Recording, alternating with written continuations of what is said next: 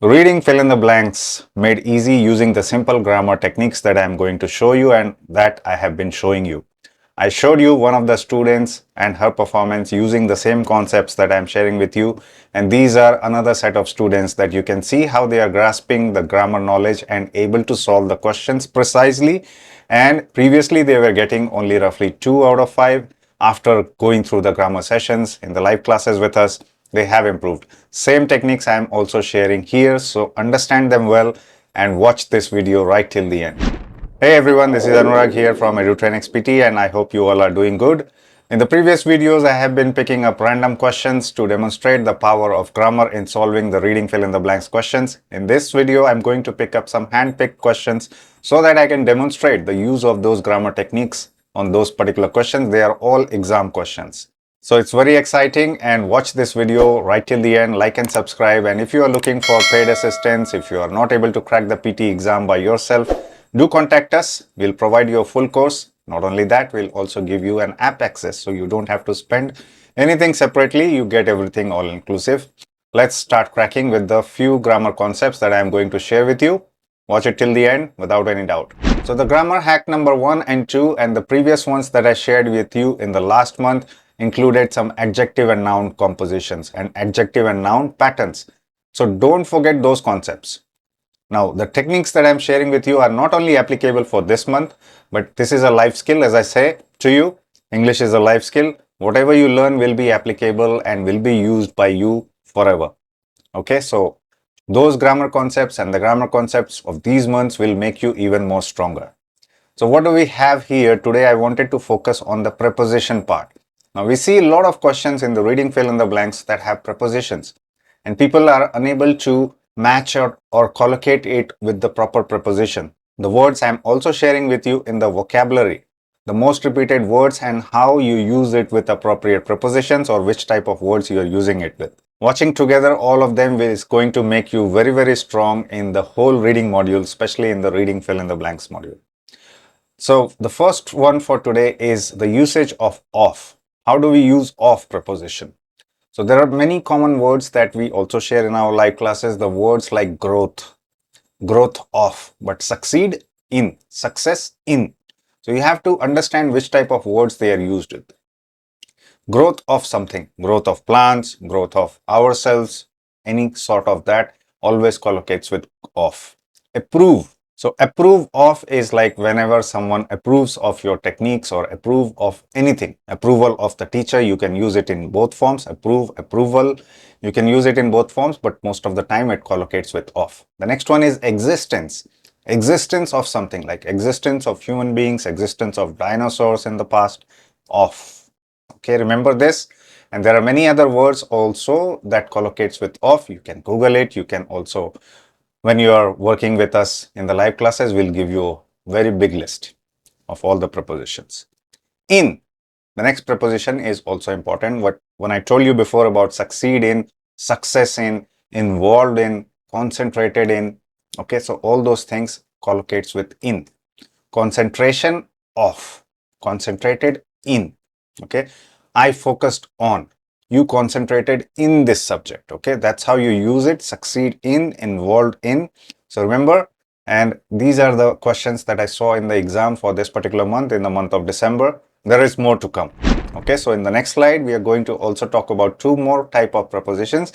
Then we'll also teach you one more grammar concept that will be helping you.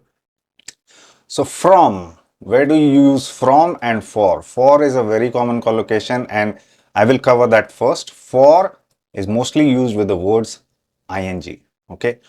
Going for something or searching for. So the words search, account for something, responsible for something, all those kind of words collocates with for. And this is not just collocation, but it is also a usage. So you can say it is also part of a grammar and the vocabulary and the basic essence of the English grammar language. That's what it is.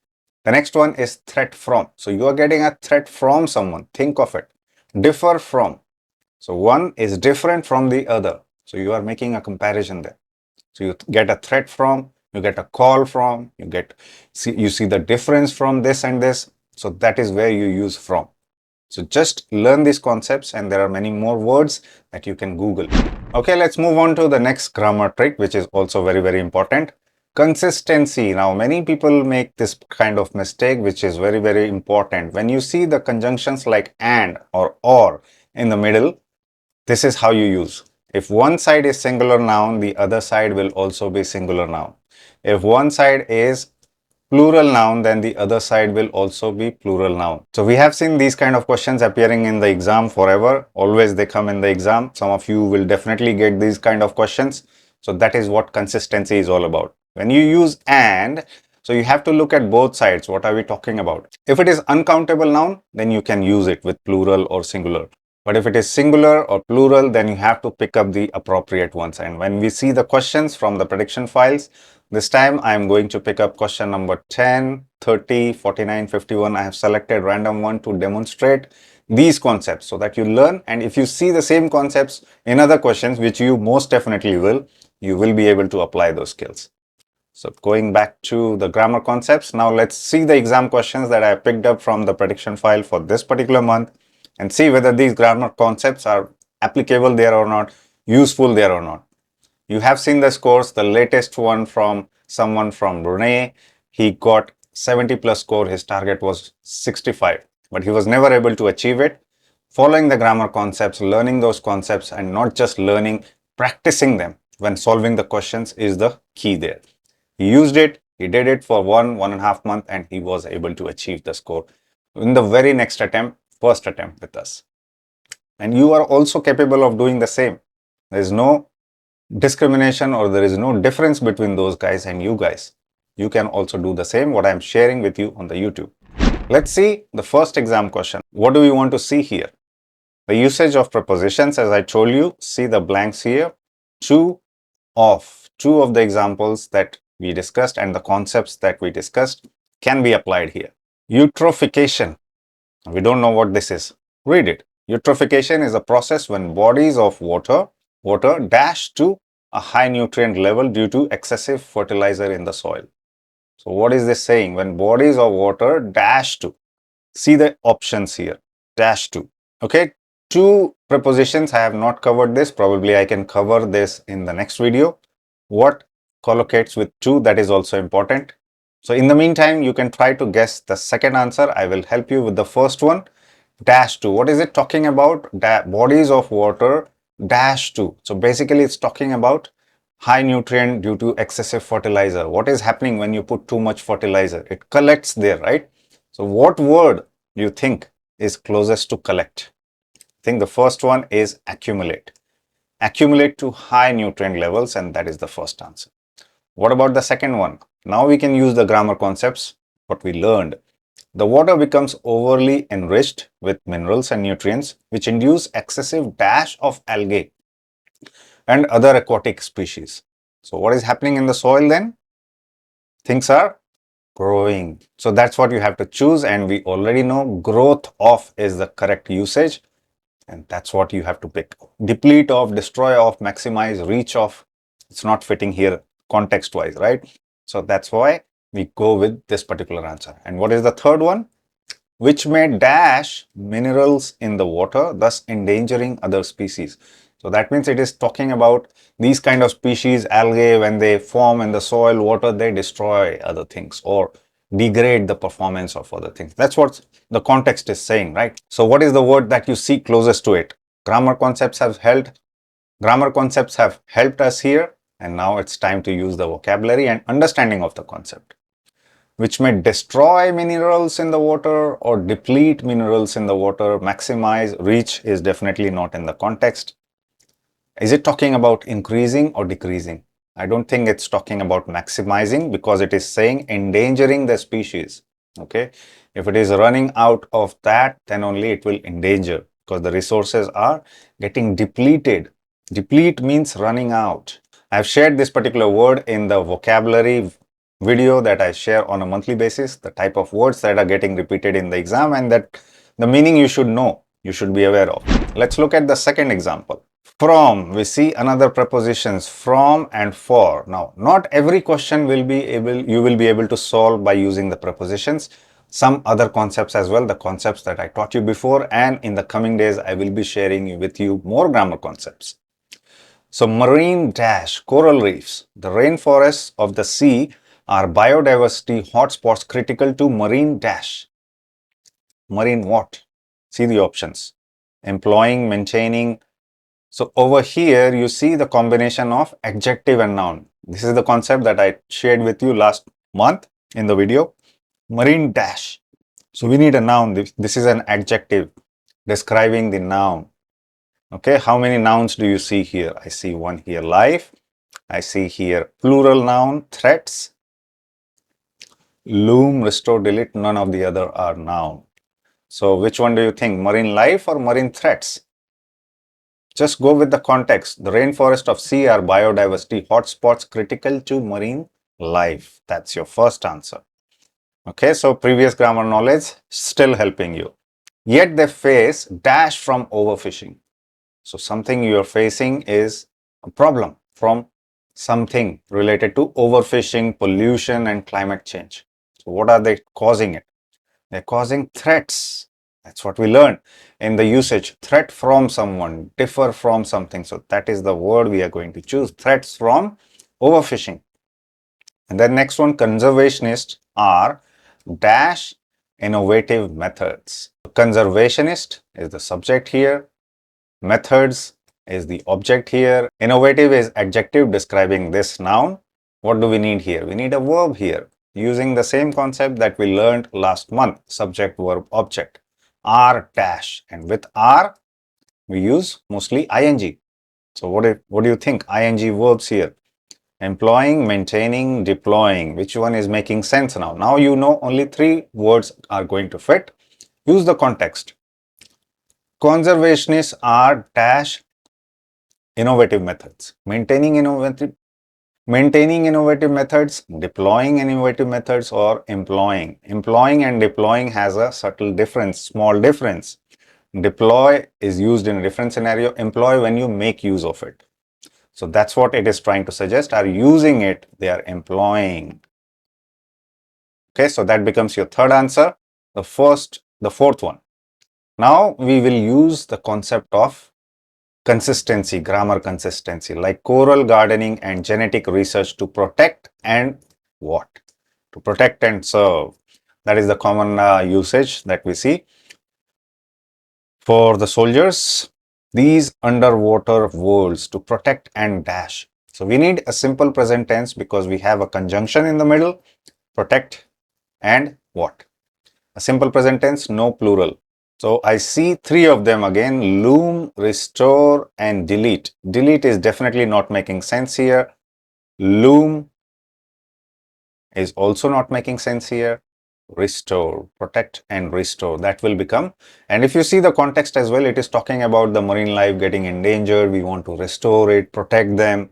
Perfect sense. Okay, so that's what becomes your fourth answer. And the last one, their survival is imperative for dash. Imperative for, what did I tell you in the grammar technique? For, you use an ing form. For dash the ocean's health. For doing something related to the ocean health. Even when I use doing, comes out as ing. Okay, now we have already used one, employing, maintaining, and deploying. The survival is imperative for what? Deploying is definitely again not making sense. Maintaining the life, maintaining the health. So that becomes your fifth answer, and that's how you solve it. Now you see all the grammar concepts beautifully working together. You just need to understand and start observing. Once you become observant, you will be able to solve these questions without any doubt. Same as the students that I showed you the videos. They are able to do it now. You can also do the same. Let's look at the third one. Okay, some grammar concepts, some questions will utilize the grammar concepts that I shared with you. If you still haven't watched the video, the editor will show you the thumbnail of how the video looks like from the previous month. Have a look at it. But in the meantime, let's focus here. Obviously, some places are dash than others. Than others. This is also a preposition comparing something.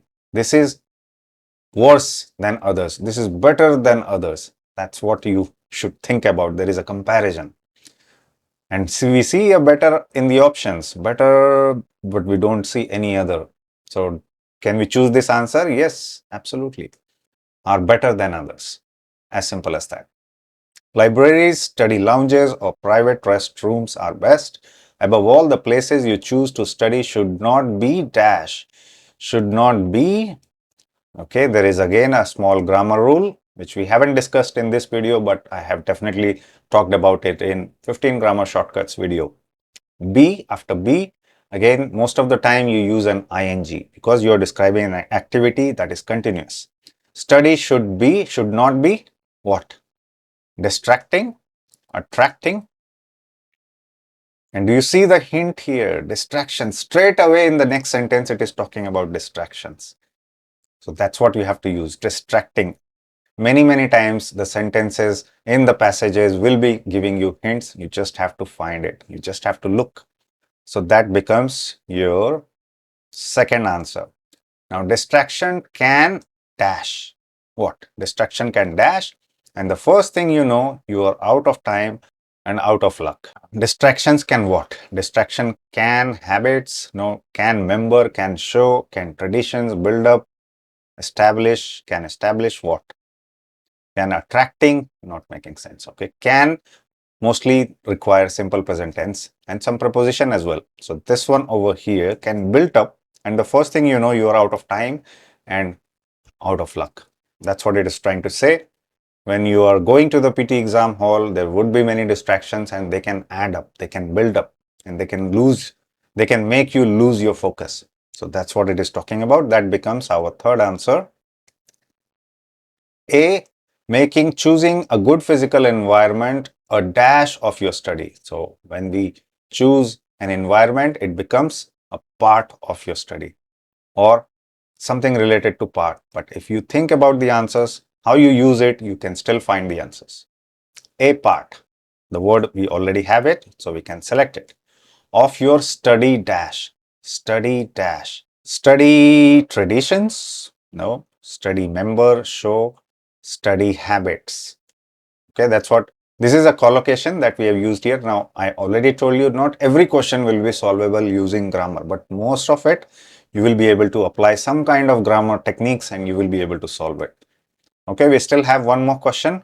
Let's see what it is. Last one is two dash levels. The dash of. See, again, usage of prepositions. One of the world's 7 remaining species of marine turtles, almost all have been pushed to dash levels.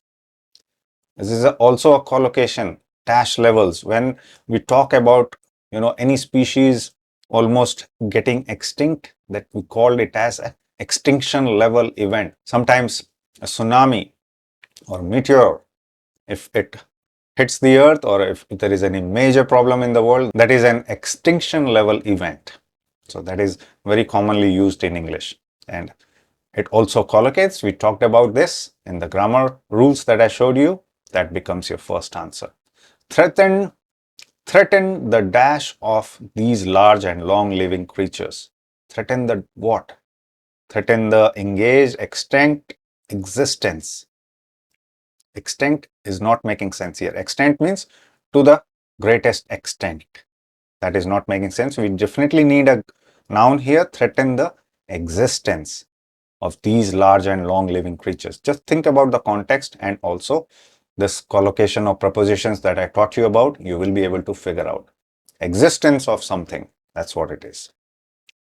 Next one is Shell Beach, named after the shells that form its 90-mile dash. 90 mile. Now you can think about extent, because we think about 90-mile radius, perimeter, something that is describing some distance or measurement. Endangered is not describing that, engaged is not describing that, and only one word that is measuring the distance to some extent and making some sense here is extent, and that's what becomes your third answer. So keep using these kind of grammar techniques to perfect, to nurture your techniques, okay? So it's not a one-day event, it's not a two-day event. You have to get habituated with observing, more reading, and then these grammar concepts will start showing up to you when you are doing the questions. Otherwise, it will just be in your minds, you're unable to use it. So you have to practice using the techniques, start observing them. You saw the results of the students. They have been able to do it. You can also do it. And I will be sharing with you more grammar techniques, more exam questions, how they can be solved using the grammar techniques every single month. So you don't have to worry about the reading fill in the blanks. And if you haven't watched the video on the one final strategy of reading fill in the blanks, then you must do it now. Keep watching Edutrainex, and I will soon be back with another super informative video on PT topics. See you soon.